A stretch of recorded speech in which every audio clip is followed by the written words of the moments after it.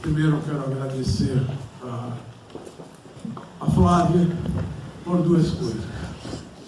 Primeiro, pela coisa mais importante, que é o trabalho dela na adaptação e na representação da personagem feminina mais difícil da obra, mais difícil, mais complexa e mais rica de toda a obra de Dostoiévski. Então, obrigado, Flávia. Eu agradeço muito, porque isso é a materialização de um trabalho feito com muito cuidado. Trabalho, uma vez me perguntaram o que é traduzir do ponto de vista físico. Eu respondi, é uma atividade furuncular. Uma atividade furuncular, porque você fica tantas horas sentado. Então, agradecer a Flávia por essa adaptação, e que eu estou sabendo que está um sucesso total. E segundo, agradecer pela uma coisa não tão importante, que é a minha presença aqui hoje. Falar de literatura, e principalmente de um autor como Dostoiévski, a gente tem que primeiro parar o relógio. Porque literatura e relógio não se dão bem. É muito difícil controlar o seu tempo quando falo de literatura. Por isso que eu escrevi um textinho aqui para me controlar. Para me controlar e para me concentrar especificamente no trabalho dos personagens centrais da peça. Agora, o que é Dostoiévski? Quem foi Fyodor Mikhailovich Dostoiévski? E o que representa como artista? Antes de entrar na parte específica, quero ter um brevíssimo comentário. Dostoiévski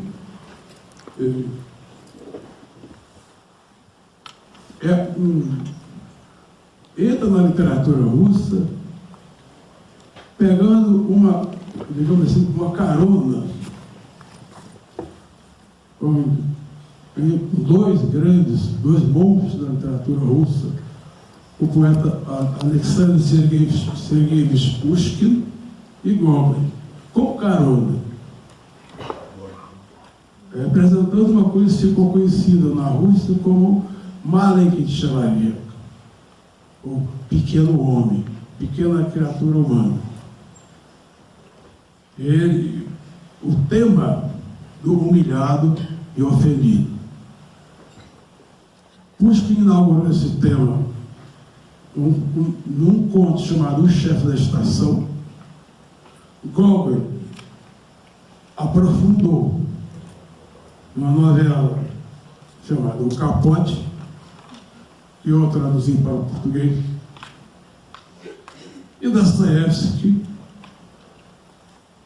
pegou essa, digamos assim, carona, entre aspas, e trouxe o chamado pequeno homem para a literatura. Mas já com uma diferença essencial. Em Pushkin e Gogol, quem fala é o autor. As personagens são pobres diálogos do universo social, configurados como personagens literários, mas sem linguagem própria, parecendo até sem vontade própria e sem consciência da sua condição de humilhado e ofendido. O que Dostoiévski faz? Já na sua primeira obra, Gente Pobre, dá a essa figura do macaco, digamos que, linguagem própria e consciência da sua condição de humilhado. E o que é que acontece com os personagens das séries quando se veem, quando se percebem humilhados? Reagem de maneira até violenta. Como é o caso de Nastácia Filippova. E Dostoiévski funda na literatura russa. Isso eu vim perceber depois de vários anos estudando Dostoiévski. Ele cria dois tipos de personagens socialmente excluídos. Isso é uma coisa que eu descobri em Dostoiévski, que é minha. Então, que eu descobri em Dostoiévski. Dois tipos de socialmente excluídos. Em Gente Pobre e o Duplo, os personagens estão no sistema, mas não são vistos. O sistema não os percebe como personagens humanas, percebe como máquinas reprodutoras de texto, amanuenses, copistas, copiadores. O lado humano desses personagens não é visto. E elas não conseguem sair do ponto que elas começaram. Até conseguem. No caso específico do Duplo, é o Sr. Gagliardi, um personagem que aguarda uma promoção. Aguarda uma promoção que nunca sai. E se imagina naquele sonho de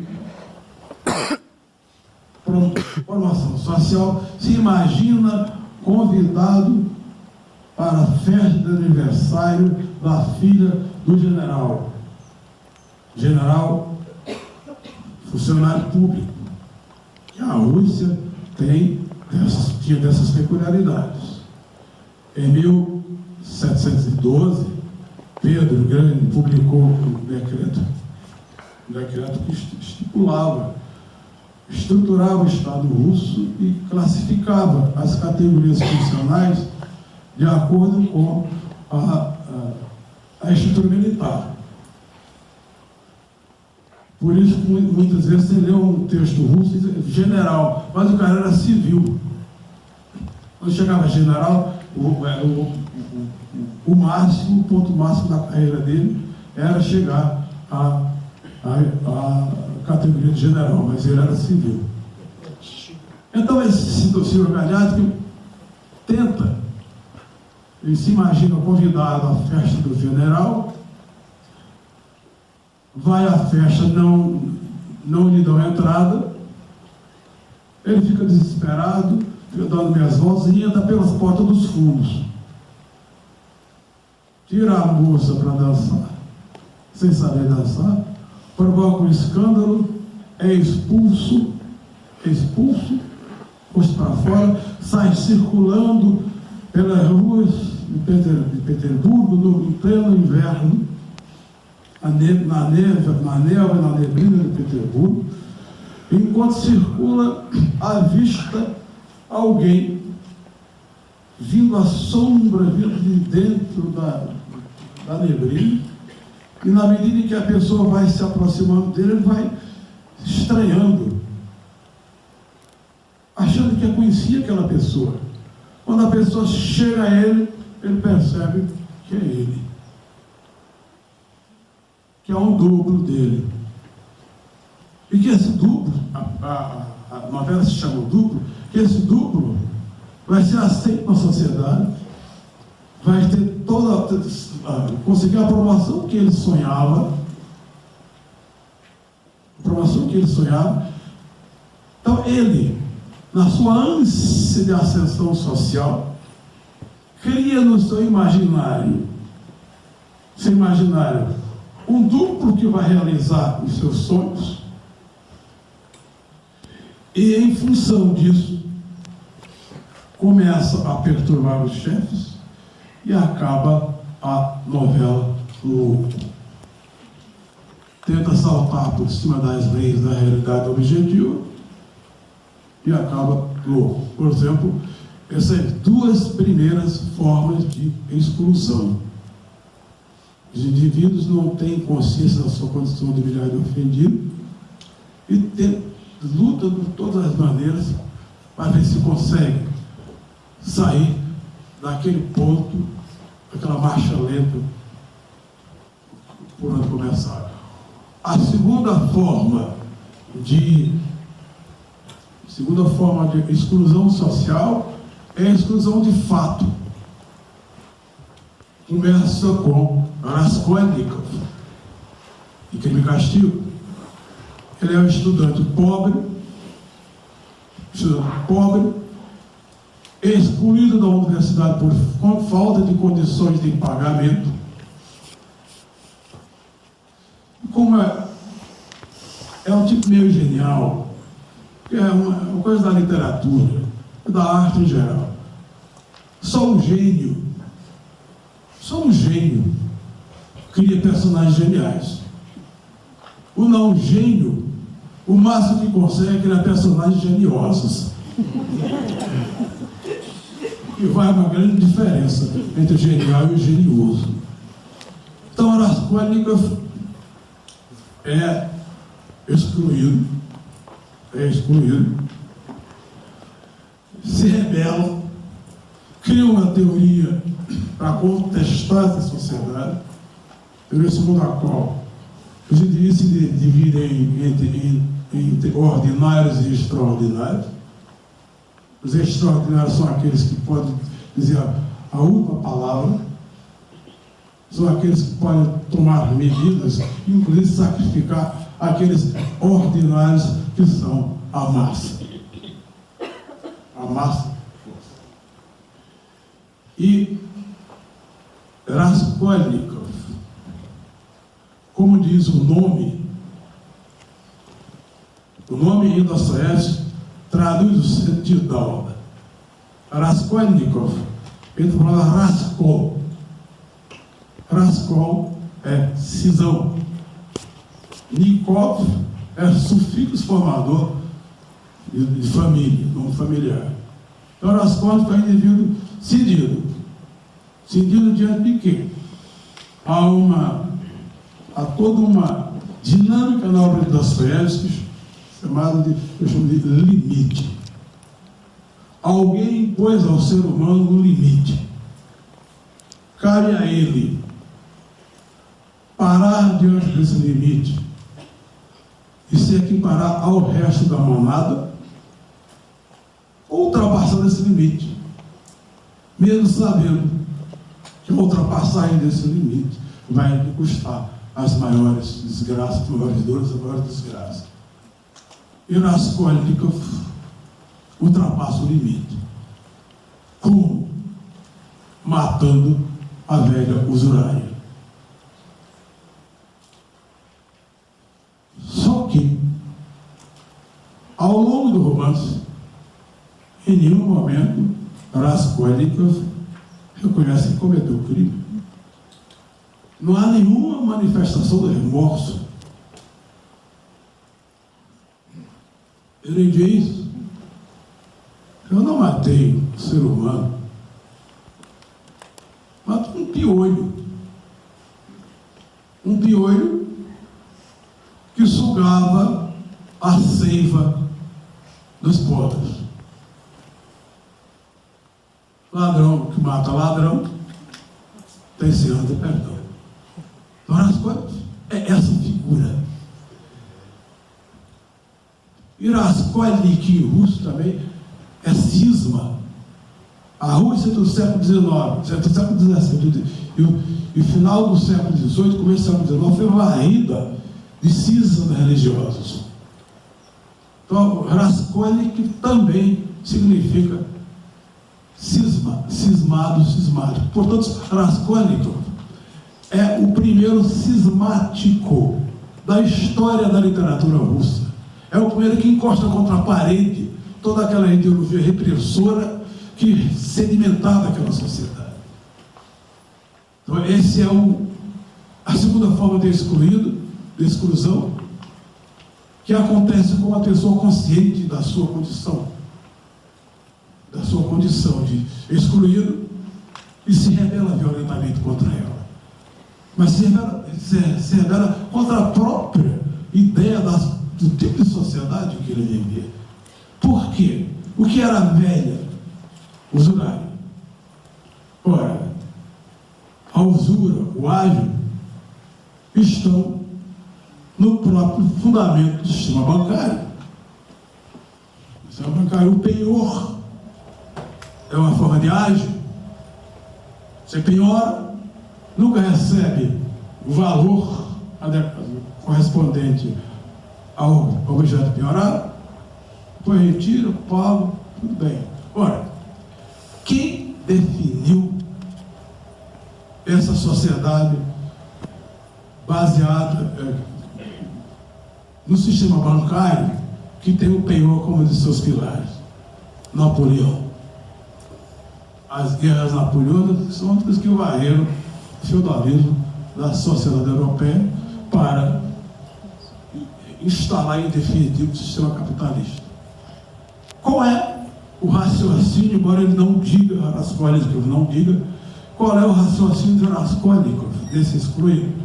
Ora, se Napoleão derramou rios de sangue e foi absolvido pela história, por que eu, Radion Romanovich Raskolnikov, não posso matar uma velha usurária que realiza na microestrutura da sociedade o mesmo que os bancos fazem na macroestrutura?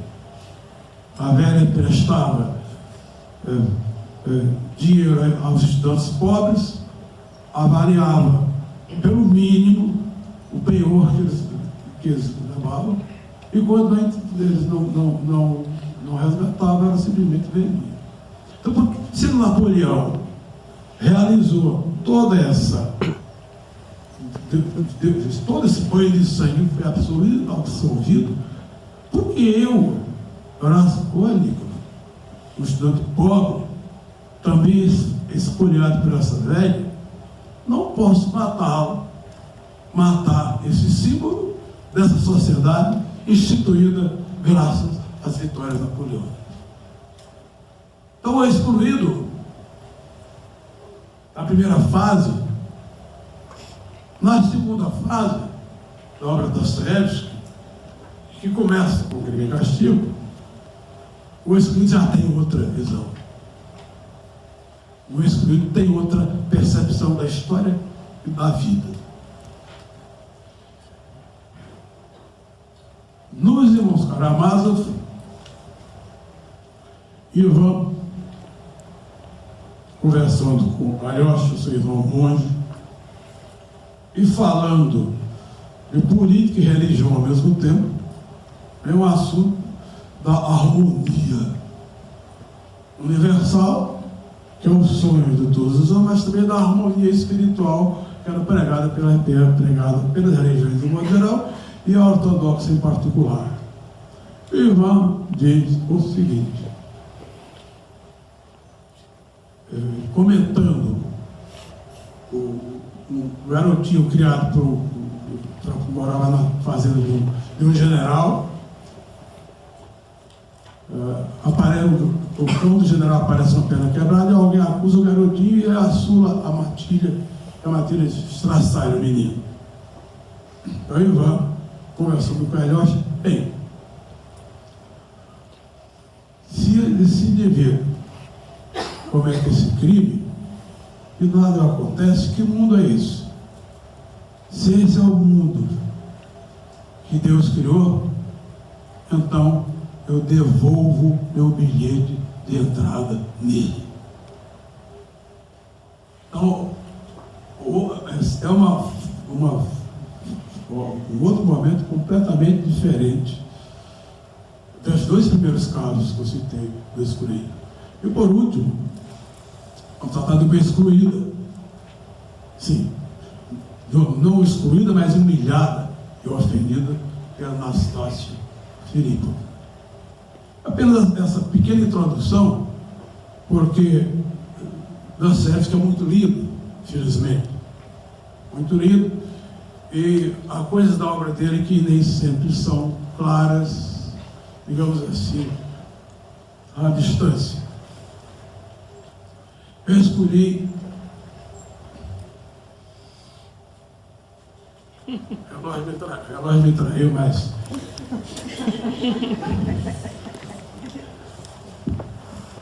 eu fiz um texto justamente para me controlar sobre a peça. Vou tratar especificamente de dois personagens, Príncipe Místico e Anastácia Filipa. Outros personagens deixo para as perguntas de vocês, tá bom? Então vamos. O idiota, me desculpe eu te dizer, eu não costumo fazer palestra com texto. Ponto, anoto os pontos, a partir dos pontos eu falo, mas eu preciso me controlar, porque existe uma coisa chamada tempo. O idiota, escrito em 1889, desculpe, eu já tenho morrido, 1979.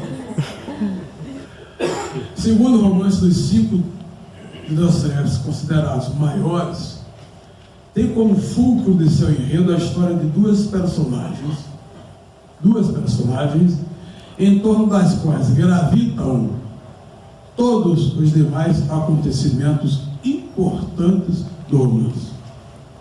De um lado, o príncipe Lev Nikolaevich Mishkin, um aristocrata desclassificado, representante da linhagem antiga dos príncipes Mishkin, praticamente extinta, que chega a Petersburgo com uma trouxinha na mão, com todos os seus pertences, mas que tem uma grande herança a receber. Por outro lado, Anastácia Filipovna Baraskova, mulher de uma beleza estonteante, que aos 12 anos de idade perde os pais e os meios de sobrevivência e passa a tutela do milionário senhor de terras Afanassi Ivanovich Totsky, representante da fina flor da aristocracia russa. Portanto, um príncipe sem castelo, nem dinheiro, e ademais idiota, e uma mulher bela, porém concubina de um aristocrata, representam na estrutura da narrativa o elemento catalisador de todas, absolutamente todas as relações sociais, afetivas, éticas e antiéticas que sedimentam a sociedade representada em O Idiota.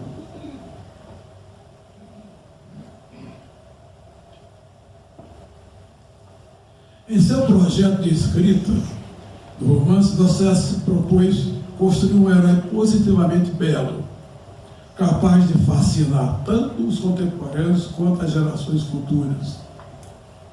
Como se seguisse o lema de Tolstói. Tolstói dizia: fala na tua aldeia que estarás falando do universo. Mas fala bem da tua aldeia, fala direito da tua aldeia, fala da tua aldeia que estarás falando do universo. Se lança mão de 3 imagens da cultura universal que sedimentam a imagem do príncipe místico. Primeiro, a imagem de Cristo, homem, capaz das mais infinitas bondades e de uma incomensurável capacidade de perdoar, mas também de indignar-se. Segunda, a imagem de Dom Quixote, e sua utopia do homem imbuído de um ideal de solidariedade plena por todas as pessoas.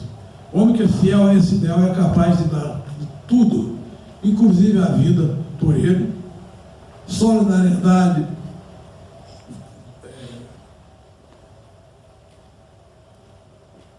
o promotor de uma solidariedade que vai se encontrar em Michigan e se plasma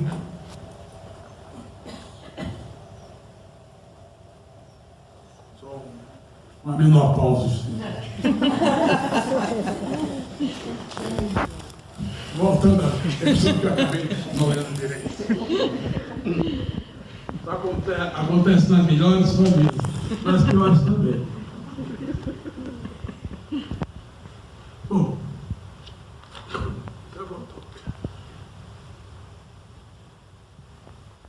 essa solidariedade do Quixote, que em Michigan se plasma na ideia de compaixão. A ideia de compaixão em Michigan não pode ser vista apenas de uma perspectiva estritamente religiosa. A compaixão é também sinônimo de solidariedade, a solidariedade que vem do Quixote. E a terceira é a imagem de Yurodif. Yurodif russo é o mentecapto, que circulava às portas das igrejas, recebia esmolas, predizia o futuro das pessoas e sempre se saía com tiradas filosóficas, porque fazia dele um mentecapto filósofo, ou seja, um dos protótipos do príncipe místico.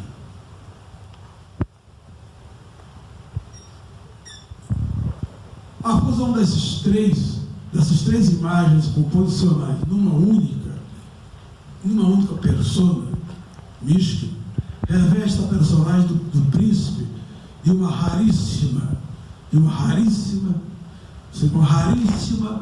coisa que eu chamo de transhumanidade. Uma raríssima transhumanidade traduzida na sua excepcional capacidade de decifrar as pessoas pelo olhar,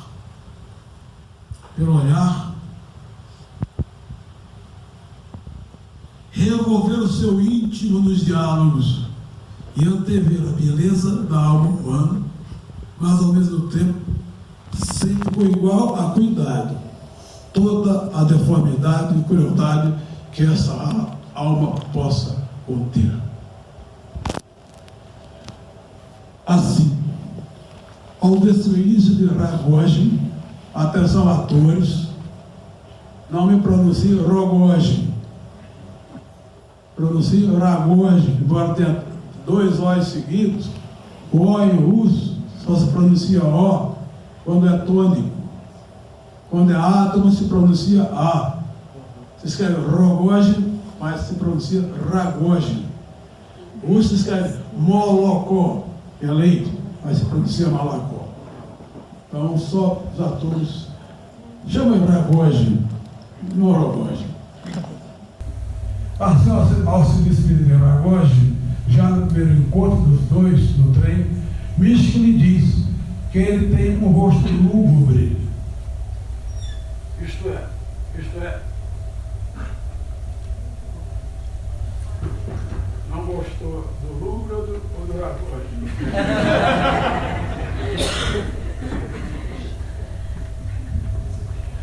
Diz que ele tem um rosto lúgubre, isto é, envolto em sombras, em trevas, com dois funestos, para logo em seguida descobrir na expressão desse rosto uma paixão doentia.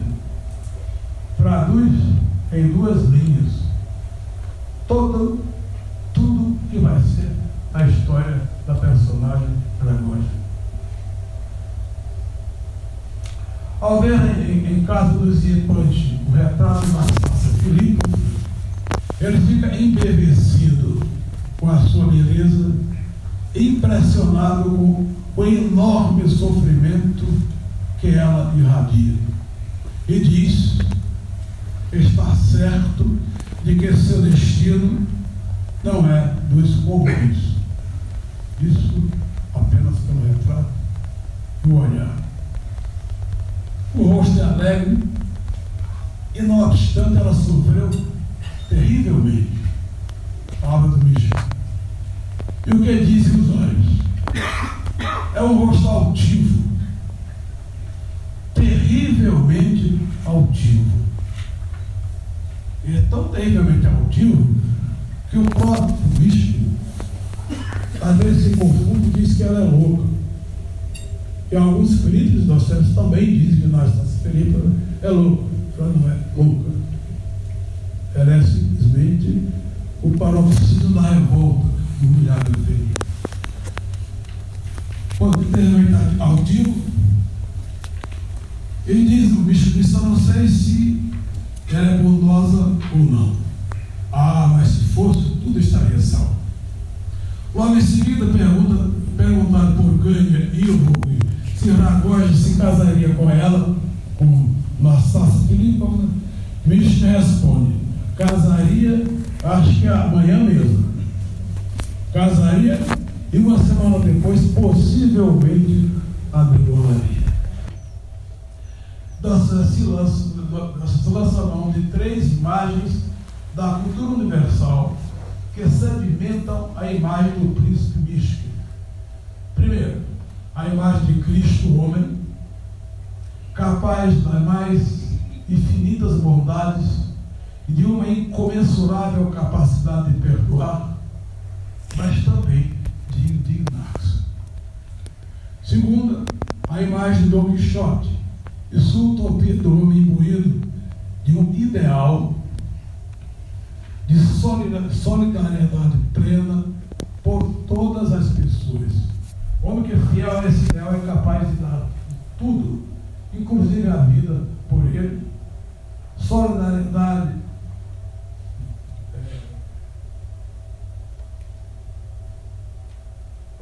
promotor de uma solidariedade que vai se encontrar em Michel e se plasma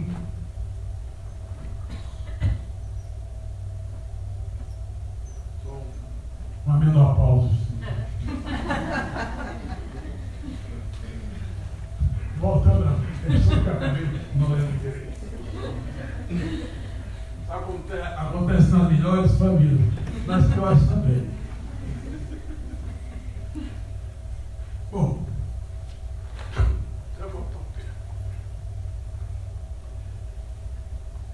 essa solidariedade do Quixote, que em Michel se plasma na ideia de compaixão.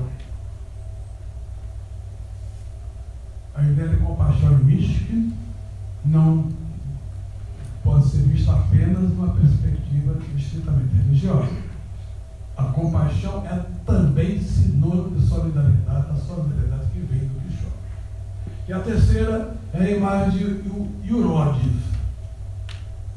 O Yurodiev russo é o mentecapto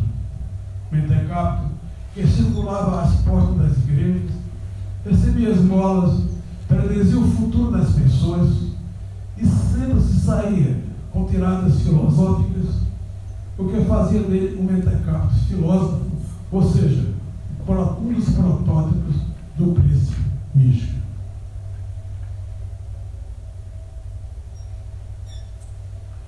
A fusão dessas três imagens composicionais numa única persona mística reveste a personagem do príncipe de uma raríssima, coisa que eu chamo de transhumanidade. Uma raríssima transhumanidade traduzida na sua excepcional capacidade de decifrar as pessoas pelo olhar.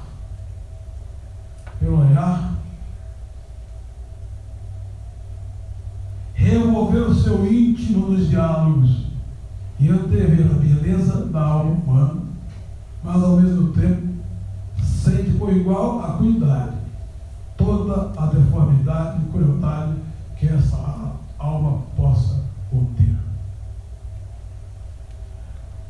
Assim, ao desfecho de Ragoge, a atenção a todos pronuncia Rogozhin. Pronuncia Rogozhin, embora tenha dois O's seguidos. O O em russo só se pronuncia O quando é tônico. Quando é átomo se pronuncia A. Se escreve Rogozhin, mas se pronuncia Ragozhin. O russo se escreve Molokó, que é leite, mas se pronuncia Molokó. Então, só os atores chamam Ragozhin, não Rogozhin. Assim, ao se despedir de Ragozhin, já no primeiro encontro dos dois no trem, Mishkin lhe diz que ele tem um rosto lúgubre. Isto é, não gostou do lúgubre ou do Ragozhin?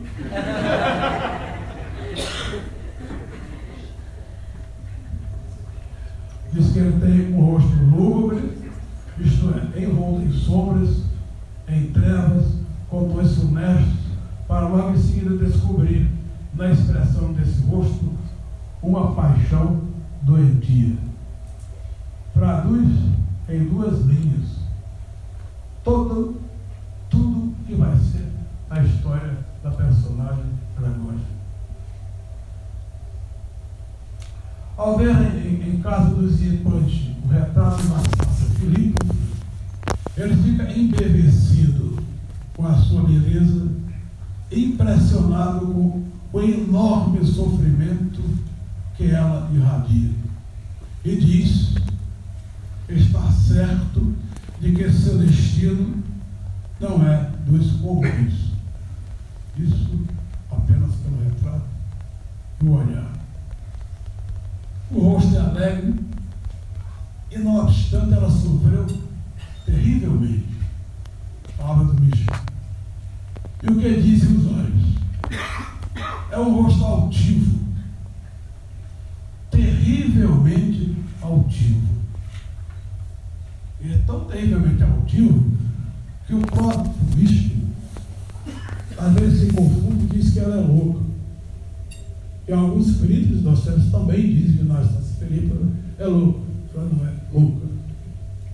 Ela é simplesmente o paroxismo da revolta do humilhado feio. Quando terrivelmente altivo, ele diz, o bicho disse, eu não sei se ela é bondosa ou não. Ah, mas se fosse, tudo estaria salvo. Logo em seguida, perguntado por Gania Ilvog se Ragozhin se casaria com ela, com Nastácia Filipovna, Mishkin responde, casaria, acho que amanhã mesmo. Casaria e uma semana depois, possivelmente, a degonaria. Quando ele começa a ver alguma falha, ele pode não estar sabendo, mas a paixão está indo embora. Um detalhe. Pois bem. Só repetir essa passagem do Mishkin. Tudo isso mostra a extraordinária capacidade de Mishkin para compreender intuitivamente as emoções que determinam o comportamento de Ragozhin e ver nessas emoções a força irracional e irresistível da paixão. Força essa capaz de se traduzir e materializar-se numa possessividade patológica de consequências funestas. Essa possessividade patológica que nós vemos em pleno século XXI, numa sociedade dita equivocadamente civilizada. Então, são coisas que os grandes artistas já colocavam assim. Já nas primeiras páginas do romance, Mishkin prevê a morte de Nastácia Filipovna e animais pelas mãos de Raskolnikov. Não sei se por contágio dos diálogos do Mishkin ou não, o fato é que Nastácia também vai prever a sua morte nas mãos de Ragozhin. Observe-se que ele acaba de conhecer Ragozhin no trem. Acabaram de conhecer Ragozhin no trem, conversaram amenidades com ele, ouviram a conversa dele com o passageiro Lebedev sobre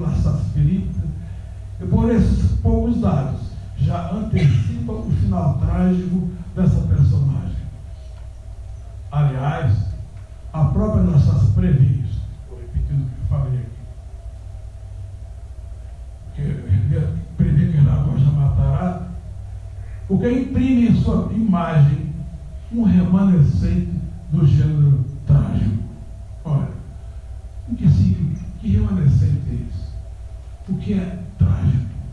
Ele fala muito de tragédia. O carro bateu, uma tragédia. Não foi uma tragédia, foi um desastre.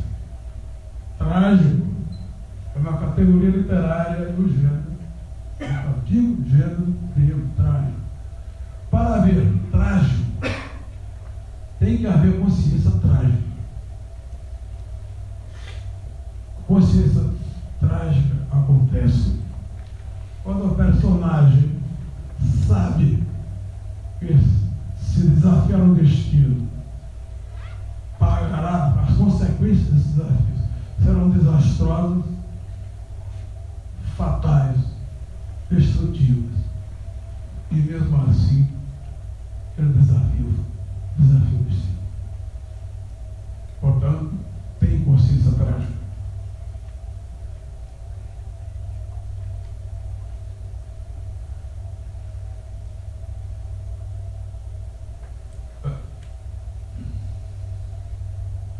Nassar sem dever, sabe que o Ragoja matará, e mesmo assim foge do casamento com o Místico para compreender o Ragoja. Cumpre-se assim o seu fado. Ela entra no romance pela boca de Ragoja. Quem leu o romance só lembrado disso. Na segunda e terceira página há uma referência a ela. Ela entra no romance pela mão de Ragoja, e pela mão de Ragoja sai do romance e da vida. Todos os ingredientes muito bem regrados do trágico. Nota passagem, ainda na casa do Ziepante, Místico torna a examinar o retrato de Anastácia, e desta feita, suas sensações são descritas pelo narrador, coisa muito comum em Dostoiévski. Quando o narrador tem empatia com a personagem, ele se aproxima tanto da personagem que parece falar por ela. Você se confunde, leitor. Você imagina, peraí, quem está vendo? A personagem está falando ou o narrador está falando? Mas que essa empatia do narrador com a personagem o leva para dentro da personagem. Isso é uma característica específica do Dostoiévski. Na literatura russa não existe nenhum outro autor que tenha essas características. E da literatura universal, eu não conheço naturalmente, mas é um conhecimento razoável, não conheço outro. Conheci o narrador da maneira como vocês gostam.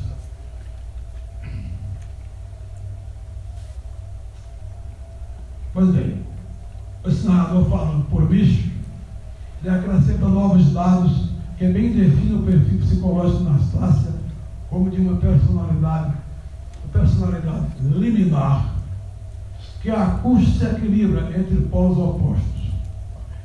Que características são essas? Altivez sem fim e um desprezo quase ódio. Altivez sem fim e um desprezo quase ódio. E ao mesmo tempo, algo crédulo, algo surpreendentemente simplório. Como observa o narrador, os dois contrastes, o desprezo quase ódio versus algo surpreendente simplório, excitavam como que até uma certa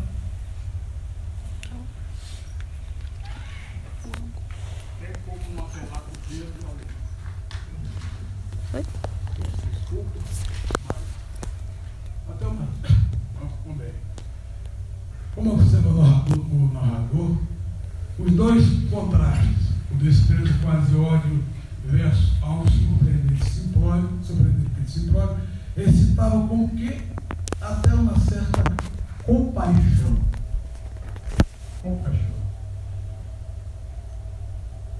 Aquela beleza estonteante era até mesmo insuportável, formando no conjunto uma estranha beleza. No fim do último alta performance, um dos últimos capítulos, Mischke diz ao personagem Adonis que tem medo de Nastácia. Em conversa com a Aglaia, ele disse que tinha horror a ela. Foi um horror os dias vividos por ele com ela. Os dados caracterológicos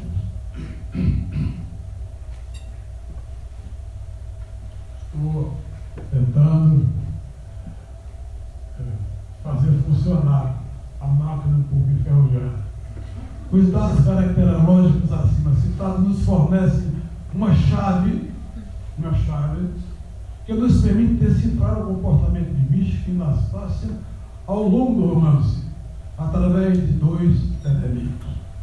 Nós, leitores, temos uma grande dificuldade de interpretar uma obra de arte, qualquer que seja, e principalmente a literária, que é difícil encontrar a chave que nos conduz, que nos acompanha como falei.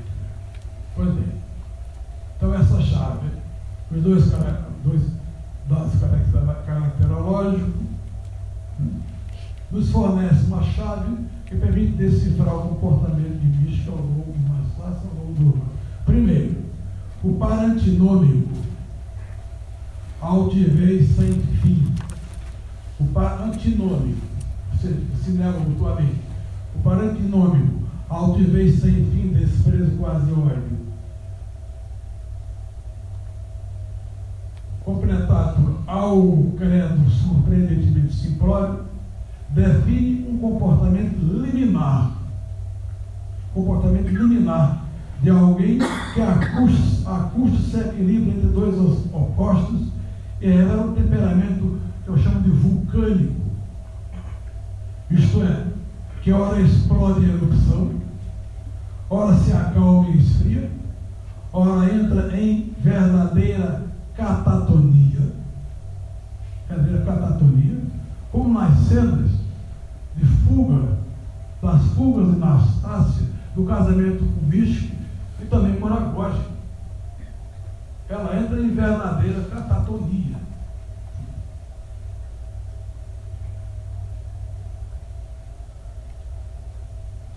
De um lado, a compaixão por Mischke, então, portanto, surge uma profunda ambiguidade de sentimentos em Mischke. De um lado, a compaixão por Nastácia, de outro, o encantamento com sua beleza. E no movimento pendular entre os dois, o medo. Ele diz que olhar na mira. O medo que esse belo rosto causa nele, num quase pavor, pois um rosto que pode provocar paixão também infunde sofrimento. Se aposta da alma inteira, são palavras do Mischke, se aposta da alma inteira. No diálogo com aquele Paulo missionário, no capítulo 10 da quarta parte do romance, Mischke diz que não pode suportar o rosto de Nastácia. Não pode suportar o rosto de Nastácia. Tem medo dela. Como ele mesmo define a beleza como um enigma, a princípio Nastácia parece ser esse enigma que ele tenta decifrar. É movido talvez por esse sentimento que ele se precipita para a festa de aniversário de Nastácia sem ser convidado. Ele faz uma proposta de casamento na tentativa de salvá-la do oportunista Emily envolvido e do paranoico Aragoge. Cria-se, salvo engano de minha parte, a experiência ímpar na história da literatura de um amor com paixão. E porque amor mesmo, eu senti por Aglaia. O amor confusão do sentimento de proteção e compaixão que ele confunde com amor. Mas chegar à conclusão que não era amor de verdade. Portanto, Místico desenvolve ao longo do romance uma verdadeira apologia da compaixão.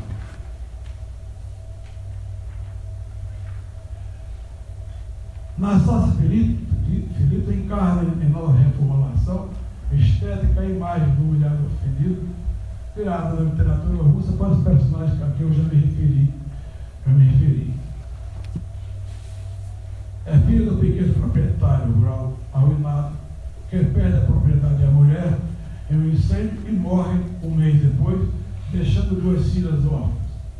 O riquíssimo proprietário rural, perito e apreciador de beldades, Afanásio Ivanovich Totsky, adquire como saldo, veja bem, a propriedade do pai da Anastácia foi destruída por um incêndio. Totsky adquire como saldo de dívidas o que sobrou das ruínas da propriedade, assume a tutela de Anastácia e da irmã caçula, com 12 e 11 anos, respectivamente, deixando as duas aos cuidados do seu irmão alemão, do seu gerente alemão. Ao voltar a essa propriedade, ela logo morre, sua Anastácia. Ao voltar a essa propriedade 4 anos depois, diz o narrador, nota de repente em sua casa, na família do alemão, uma menina de uns 12 anos, viva e amável, inteligente, que prometia uma beleza incomum.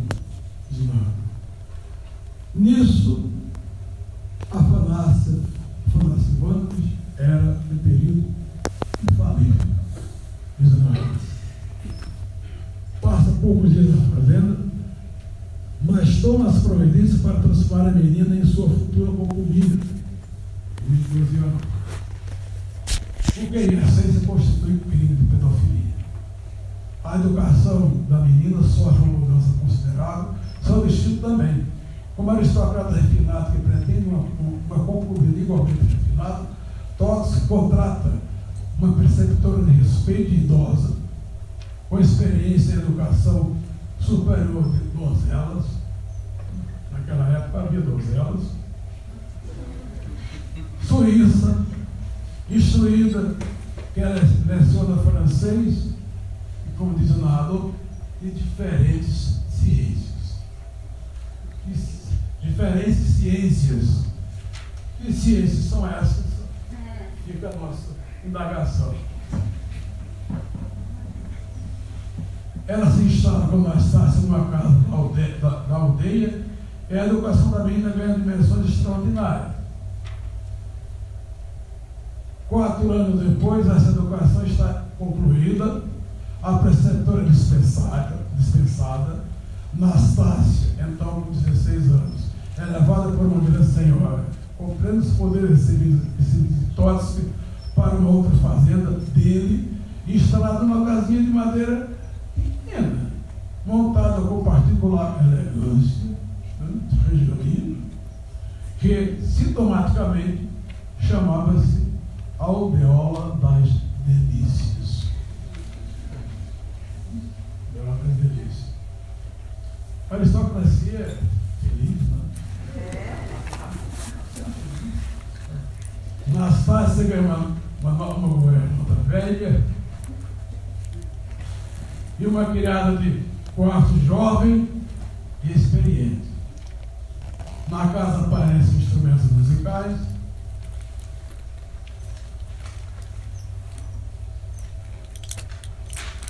uma graciosa biblioteca para mocinhos, quadros, estampas, lápis, pincéis, tinta, e para completar a formação da concubina sofisticada, um cãozinho galgo.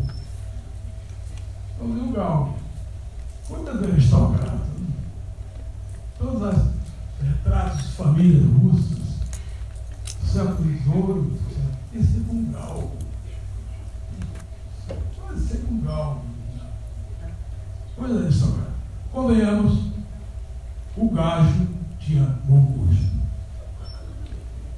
Desde então, ele se toma de um amor particular por essa erma aldeola da estepe, passa todo o verão lá, 2 a 3 meses por ano, e assim ele passou um tempo bastante longo, uns 4 anos, tranquilo e feliz, com gosto e graça. Graça, que eu quero dizer graça, aristocrática. Mas eis que é um nobre senhor que está entrando na casa dos 50, resolve entrar também na casa, resolve entrar também no rol dos chamados homens sérios. Resolve casar-se. E, claro, com uma mulher bela e animais da alta sociedade, por uma questão de igualdade social e cultural, certo? Afinal de contas, ele era aristocrata, riquíssimo, era o mais rico de todos, que aparece no romance. E sonda seu amigo, general Hipólito, sobre a possibilidade de casar-se com um dos suas filhas, o que deixou o amigo maravilhado. Enfim, é um assunto do coração. Mas no meio aristocrático, é negócio que envolve um grande volume de dinheiro. Casamento por amor, mangueira de pobre, não é?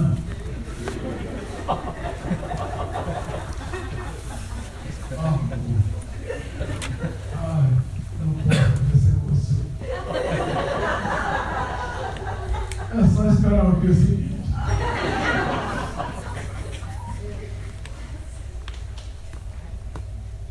Assim, é um assunto do coração, mas no meu aristocrata é negócio que envolve um grande volume de dinheiro.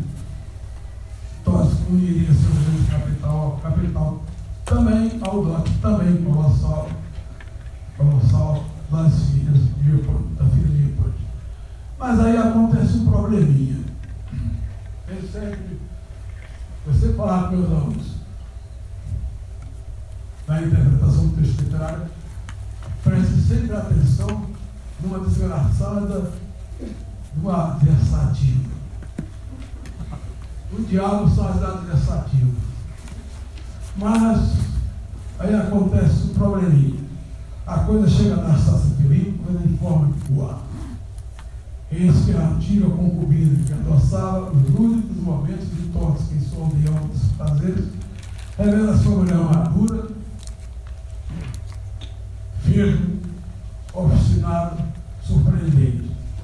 Muda-se de repente e direto para a casa de Totsky em Petersburgo, enfrentam, mostra uma compreensão tão ampla e profunda dos grandes assuntos. Isso é uma característica mais fácil. Ela é uma mulher inteligentíssima, mostra uma compreensão tão ampla e profunda dos grandes assuntos que deixa Totsky boquiaberto. Diz o narrador: ali diante dele, gargalhava e espicaçava com o mais venenoso sarcasmo, um ser incomum e surpreendente, que ele declarava na cara que em seu coração nunca nutrira por ele nada além do mais profundo desprezo esse que chegava à náusea, que começava logo após a primeira surpresa. Leia-se o defloramento. Da primeira surpresa. Essa nova mulher declara que lhe era indiferente se ele casasse com quem quer que fosse, mas que tinha vindo para impedir esse casamento, não por raiva, mas unicamente porque assim ela queria rir dele, ainda que fosse só para rir, porque enfim, até rir por vontade, porque até que enfim agora ela também estava querendo rir. E ela consegue impedir o casamento. E depois das cenas de cumprimento dos espetáculos, cumprimento das faces, Totsky praticamente desaparece do romance. Vai aparecer no final mesmo, no diálogo de Aglaia com Anastácia, quando Aglaia informa que ele havia tentado suicídio. Na obra de Dostoiévski, a representação da pedofilia, a pedofilia é uma espécie de maldição que se abate sobre os pedófilos e suas vítimas. Em Crime e Castigo, é um grande personagem, um personagem riquíssimo, Sidney Geiler, cometeu crime de pedofilia. Dostoiévski não descreve. Como nós vamos saber que ele cometeu crime de pedofilia? A menina supliciada por ele aparece no pesadelo a noite inteira, ele tentando dormir, pesadelo, na véspera do suicídio dele. Em Os Demônios, a menina Matriona, que é vinda do pedófilo Stavrogy, se mata. E no fim do romance, Stavrogy também se mata. É uma espécie de maldição que recai também sobre Anastácia. Sobre todos que tentam suicídio, não há informação se morreu, se não morreu, se tentou, não se morreu. Todos juntariam a seu capital. Produziam pães via casamento, Anastácia estaria compensada por o dote e o marido. Dostoiévski viu o capitalismo russo como um apocalipse e o dinheiro como um fator de destruição do psiquismo humano e da decomposição moral de amplas camadas da população. E era uma coisa impressionante na personalidade dele. Ao mesmo tempo que ele tinha horror ao dinheiro, tinha também a sedução. Era um jogador inveterado. Aquela coisa da alma humana, a complexidade da alma humana. A princípio, Anastácia parece aceitar. Chega até a visitar a família de Gandhi, mas rápido o decifra e o associa a toda essa decomposição moral. E o define Gandhi como parte dessa ampla decomposição moral. Em suas palavras, na festa de aniversário. Não, isso ela falando do Gandhi, do marido que queria arranjar para ela.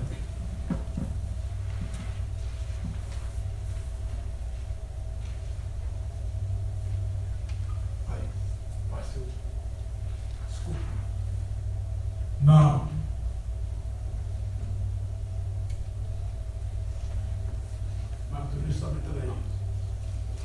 Não, agora eu acredito que um tipo assim mata por dinheiro. Por que tamanha sede apoderou-se deles todos? Eles estão se despedaçando de tal forma por dinheiro que parecem tontos. Ele mesmo, isto é, Gandhi, é uma criança, mas já está fazendo das tripas coração para chegar à agiota. Ou então, enrola cedo no cabo da navalha, reforça, chega só rapidamente pelas costas e devora um amigo como se devora um carneiro, conforme lhe recebi de mim. Vamos, tu és um desavergonhado. Ela disse para o Gandhi: eu sou uma desavergonhada, mas tu és ainda pior do que eu. Porque ele é um desavergonhado, apaixonado por dinheiro, faz qualquer negócio por dinheiro. Ela tem nojo do dinheiro. Ela sabe o que ele representou na vida dela. Anastácia não tem nenhum apego ao dinheiro, ao contrário, despreza,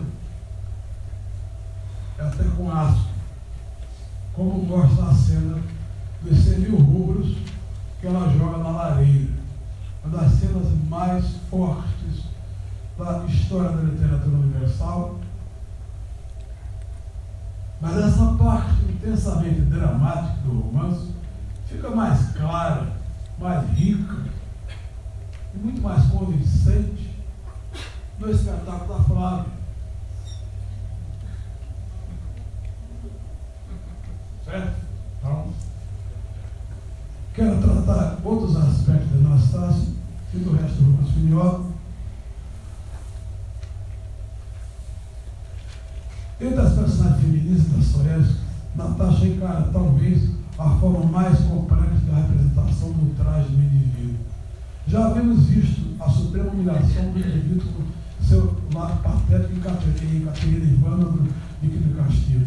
Mas Nastassia Filipovna combina uma sensibilidade da alma que chega ao paroxismo com uma sensação aguda, dorida e permanente de sua desonra, sensação que ela não consegue superar e é em parte responsável pelo desfecho trágico da sua vida. Examinando mais a fundo essa questão, o crítico Nikolai Tchikov, grande estudioso de Dostoiévski, que vou traduzir no próximo ano, grande estudioso de Dostoiévski, escreve, aspas, estamos diante do traje da pessoa sobre o pano de fundo de um sentimento desvairado da vergonha feminina. Todo o destino da Nastassia Filipovna no romance se traduz numa sede frenética de revanche moral por esse traje, numa desvairada autoafirmação. Ela quer ser vista do jeito, como mulher. Quer se afirmar, não quer ser vista por coisa. Autoafirmação. Assim, é a heroína em seu primeiro aparecimento na sala de visita dos Igor.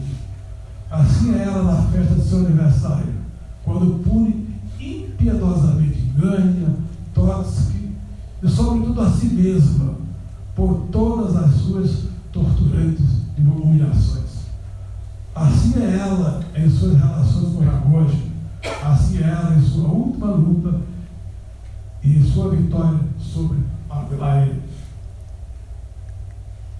Tchikov está certo, mas cabe acrescentar que na cena da queima dos 100 rublos, ela não pune só essas três referidas personagens, pune toda uma simbologia sociocultural fundada no dinheiro, uma sociedade cujos valores morais se alicerçam no dinheiro, cujos sentimentos se medem pelo dinheiro, cujas patentes e títulos não ostentam senão o poder do dinheiro, dinheiro esse que compra corações e mentes, corpos e almas, que faz indivíduos medíocres como Gania e Vogue sonharem com prestígio intelectual. Diz Gania no diálogo com a irmã Varvara: eu quero dinheiro. Uma vez com dinheiro, serei um homem original, do supremo grau da palavra.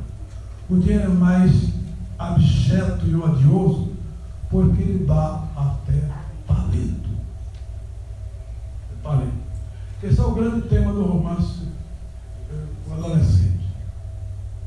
O adolescente, a certa altura, o adolescente diz: se eu chegasse no Rothschild, esse Tyler, ele ensina uma série de grandes personagens da história. Portanto, esse faraó diante de um Rothschild. Todas as mulheres correrão por ele, independentemente de eu seja um sábio ou um idiota. O importante é o dinheiro, o vil metal.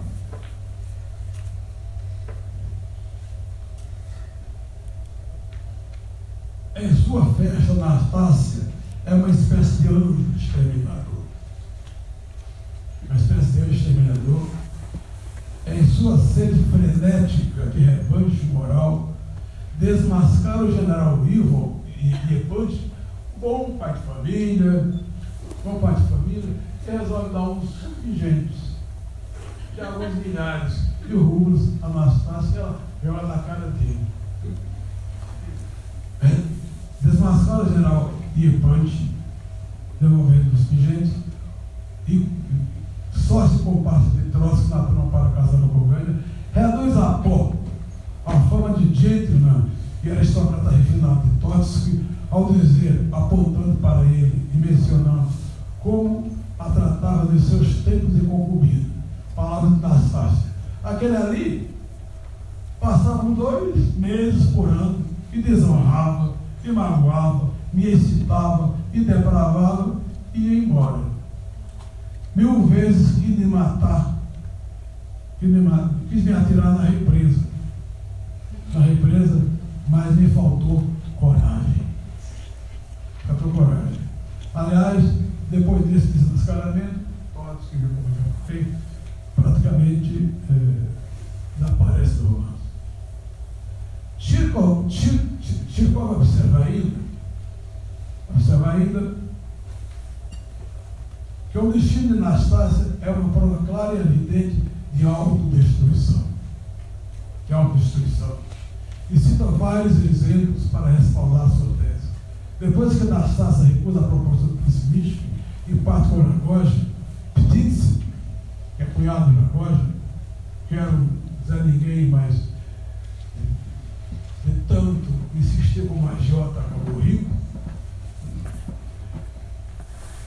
Depois que Nastácia recusa a proposta do príncipe e parte com Ragozin, Ptitsin comenta com Trotsky a atitude dela e a compara ao comportamento de um japonês que faz harakiri na presença do seu ofensor.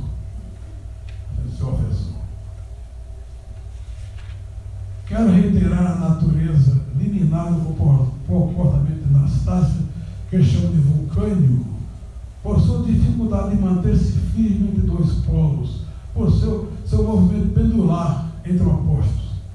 Ela teve seus sonhos também. Em conversa com o bicho, ela diz, entre aspas, eu sonhava, ainda na aldeia dele, morei 5 anos na total solidão. Acontecia de sonhar. Era sempre como tu, que era sempre um como tu que eu imaginava, bondoso, honesto, bom e tão tolinho, que de repente chegaria e dizia, a senhora não tem culpa, Nastácia filha, e eu a amo. Fechado. Pois bem, depois de revelar sua extraordinária altivez ao desmascarar a sociedade dos títulos do dinheiro, Nastácia cai no outro extremo. Em seu desespero quase patético de mulher desonrada e ofendida, diz que o melhor a fazer é ir para a rua. E seu lugar é na rua ou cair na farra por Ragozin. Movida por laivos de consciência trágica, ela mesma reconhece como fatal sua relação com Ragozin, prevê a fatalidade de sua morte nas mãos dele. E mesmo assim, foge do casamento com o Mishkin para acompanhar fatal de Ragozin. Aqui se manifesta a autodestruição, aqui se refere a Chirkov. Diz ela, sou uma desavergonhada. Fui concubina de Trotsky. Havia outras coisas a falar, mas está de bom tamanho, está bem cansativo. E fica para as perguntas. Apenas acrescentando que Mishkin, na sua defesa da compaixão, defende forma racional, ainda sendo idiota, genial, ainda sendo idiota, e com a maior concretitude, se coloca contra a pena de morte. Me diz uma passagem, tudo bem, já aprenderam, mas precisa matar? Nós estamos vivendo esse problema no Brasil. Estamos vivendo esse problema no Brasil. Às vezes, olhando o quadro atual, eu acabo de ver no Rio de Janeiro semana passada, anteontem, aquele sequestro do Ponte de Niterói, a polícia acaba matando o assaltante, o sequestrador que estava visivelmente drogado. A gente sente um alívio, porque 20 e tantas pessoas estavam dentro daquele ônibus e se salvaram. Mas o mentecapto que hoje desgoverna o Rio de Janeiro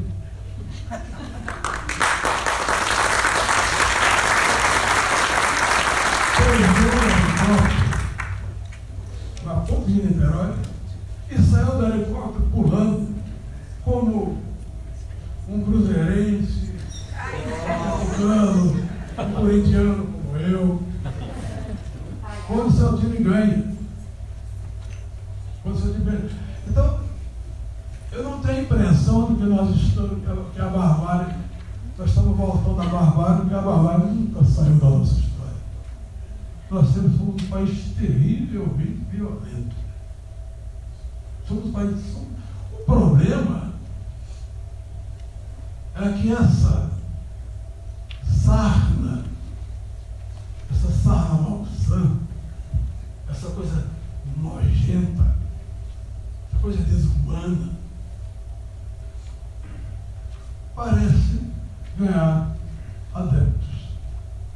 O que estava na cultura está se tornando oficial, pelo menos oficioso. Está um risco terrível. Enfim, viva o preço místico.